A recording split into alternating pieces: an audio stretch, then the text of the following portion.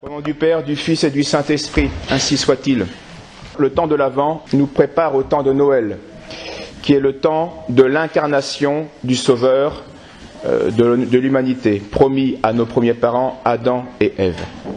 Nous voudrions le consacrer à quelques réflexions et contemplations sur le mariage. Pourquoi ? Eh bien parce que l'incarnation, c'est un mariage. Un mariage très particulier, mais c'est un mariage et qui explique tout le reste. Tous les autres mariages, mais aussi tout le reste. Non seulement le mariage d'Adam et d'Ève, c'est l'incarnation qui explique Adam et Ève, c'est pas le contraire. Et non seulement aussi vos mariages, mais aussi la création et la rédemption des hommes. Le mariage est donc une réalité primordiale, fondamentale, qui intéresse tout le monde à divers titres.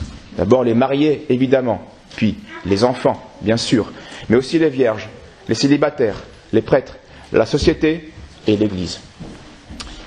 On peut affirmer que la méconnaissance et la disparition du mariage annoncent la mort naturelle et spirituelle de l'espèce humaine. Le mariage est fondamental. Et c'est pourquoi, remarquez-le, les seuls sacrements qui peuvent se donner sans le sacerdoce, en temps de crise, de persécution, d'absence de prêtre, il n'y a que deux sacrements qui peuvent se communiquer. C'est le baptême et le mariage. Parce qu'ils sont fondamentaux au salut de l'individu, le baptême, ou au salut de la société, le mariage. Et donc, comme ils sont fondamentaux, ces deux sacrements, ils peuvent se transmettre en l'absence même de clergé. Bien sûr, dans des cas extrêmes.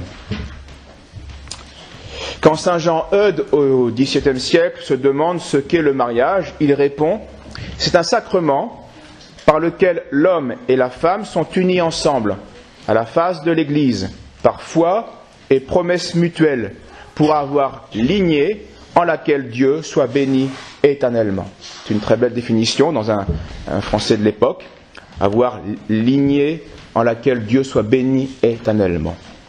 Cette définition est belle, elle est juste évidemment, mais elle ne révèle pas encore toutes les profondeurs, tout ce que peut cacher le mystère du mariage. Il est partout dans l'histoire des hommes. Il est au commencement, au paradis terrestre. Il est ensuite présent tout au long de l'histoire dans l'Ancien Testament. Il est renouvelé d'une manière très particulière dans le Nouveau Testament. Et il conclura l'histoire des hommes. Donnons quelques aperçus de cela aujourd'hui.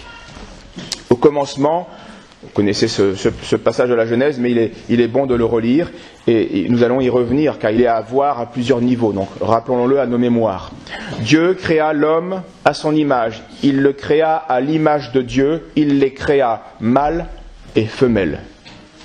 Car après avoir formé l'homme de la poussière du sol, en soufflant dans les narines un souffle de vie à Adam, Dieu dit « Il n'est pas bon que l'homme soit seul, je lui ferai une aide semblable à lui. » Et il y avait Dieu qui avait formé du sol tous les animaux des champs et tous les oiseaux du ciel, les fait venir vers l'homme pour voir comment il les appellerait. Donc Adam est le chef, il va appeler, il va nommer, c'est lui qui nomme. Et pour que tout être vivant portât le nom que lui donnerait l'homme.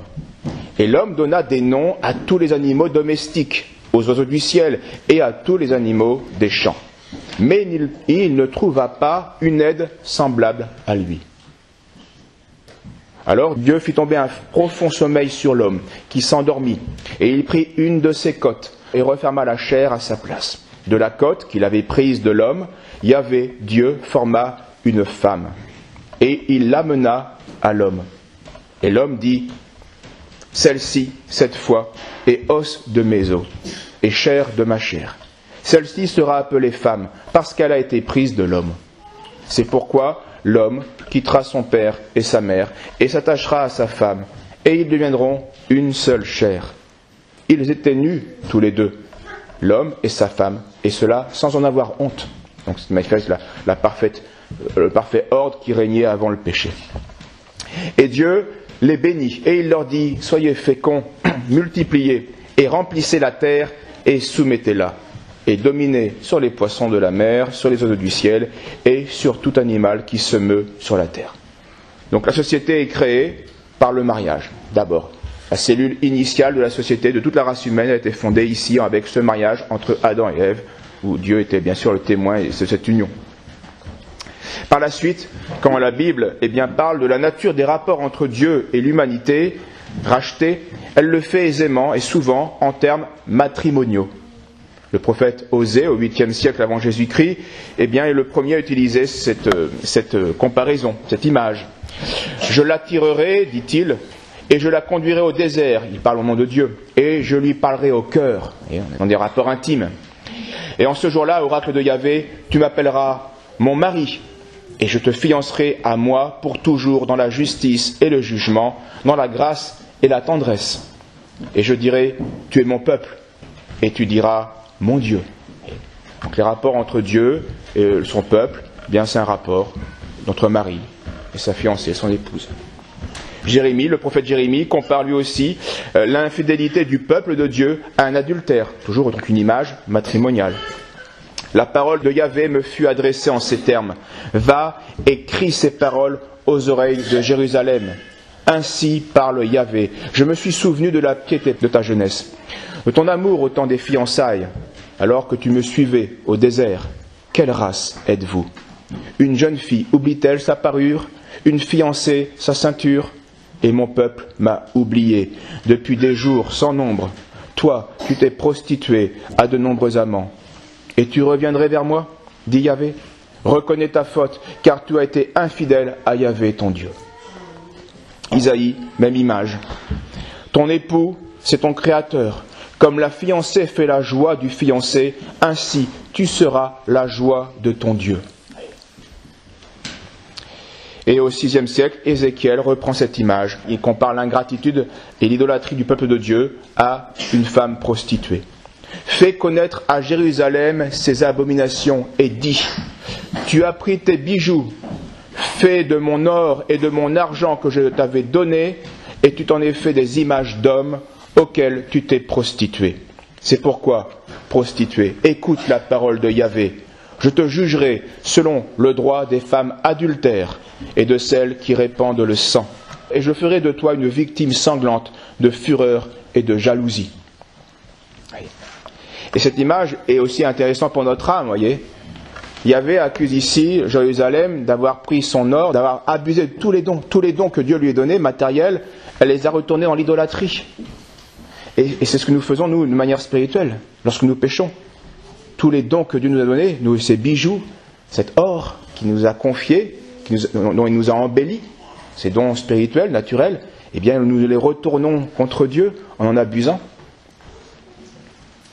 Ce pacte entre Dieu et les hommes, décrit en termes nuptiaux, donne donc au peuple fidèle, à Dieu, le rang d'une épouse.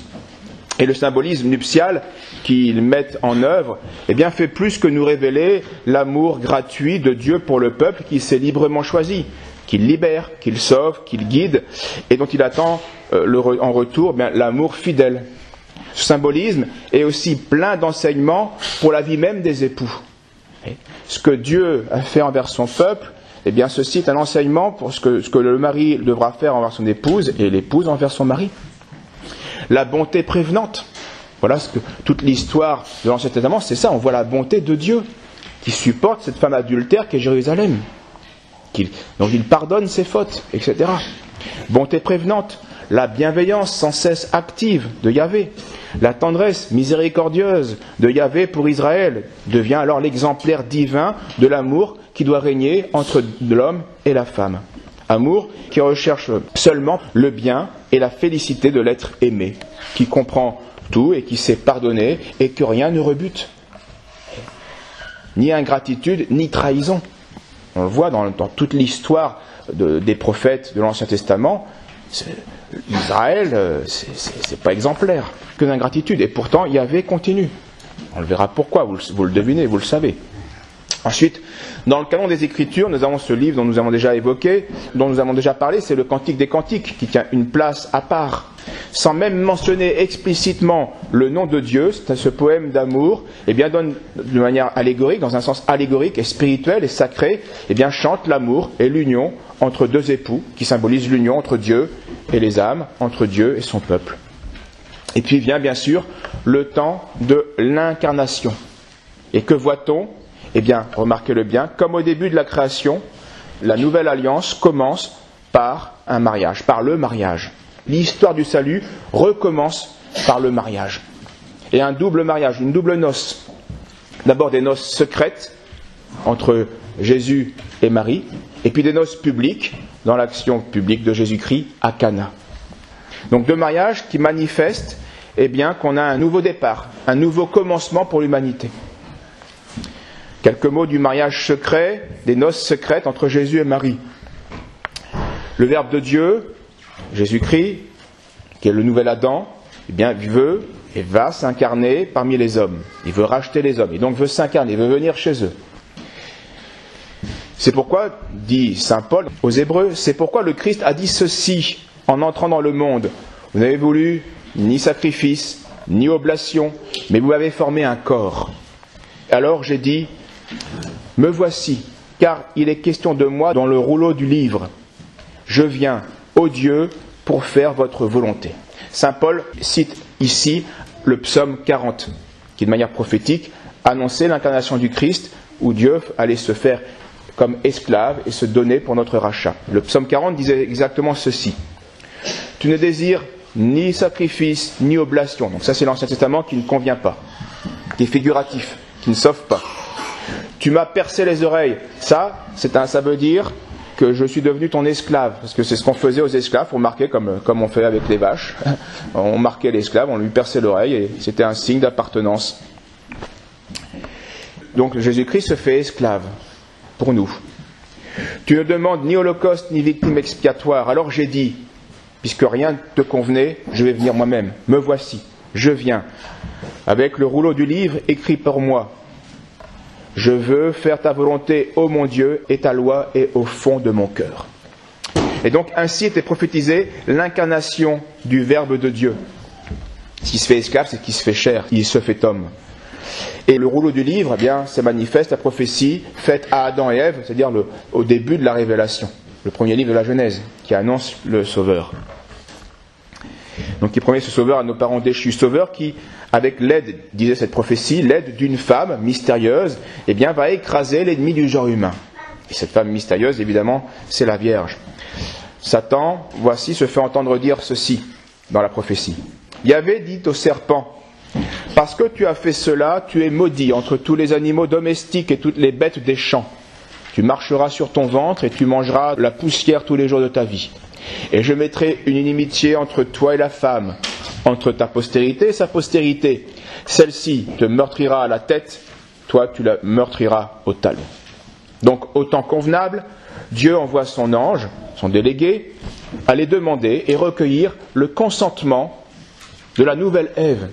Il veut être le nouvel Adam, mais il lui faut une nouvelle Ève. Il envoie Gabriel pour lui demander si elle accepte, recueillir son consentement, pour voir, veut-elle s'unir au nouvel Adam. Et donc, est-ce qu'elle accepte que le Verbe s'incarne en son sein, afin de pouvoir offrir son corps en sacrifice sur la croix. Et la bienheureuse Vierge Marie, comme à un mariage, va donner son consentement. C'est libre. C'est le fiat. Son fiat, c'est le oui que vous avez dit dans les épousailles. Voici, oui, fiat, voici la servante du Seigneur, qu'il me soit fait selon votre parole. Et remarquez-le, elle s'appelle elle aussi servante, parce que le nouvel Adam est un esclave, esclave de Dieu, celui dont on a percé les oreilles. Et les deux, donc, par soumission envers Dieu, vont, leur mariage bien sûr est mystique, spirituel, mais tous les mariages sont faits à cause de la volonté de Dieu, et tous les mariages servent une mission divine, on le verra. Et donc ils vont, ce nouvel Adam, cette nouvelle Ève, vont réparer la désobéissance d'Adam et d'Ève, et donc détruire l'œuvre orgueilleuse de Satan.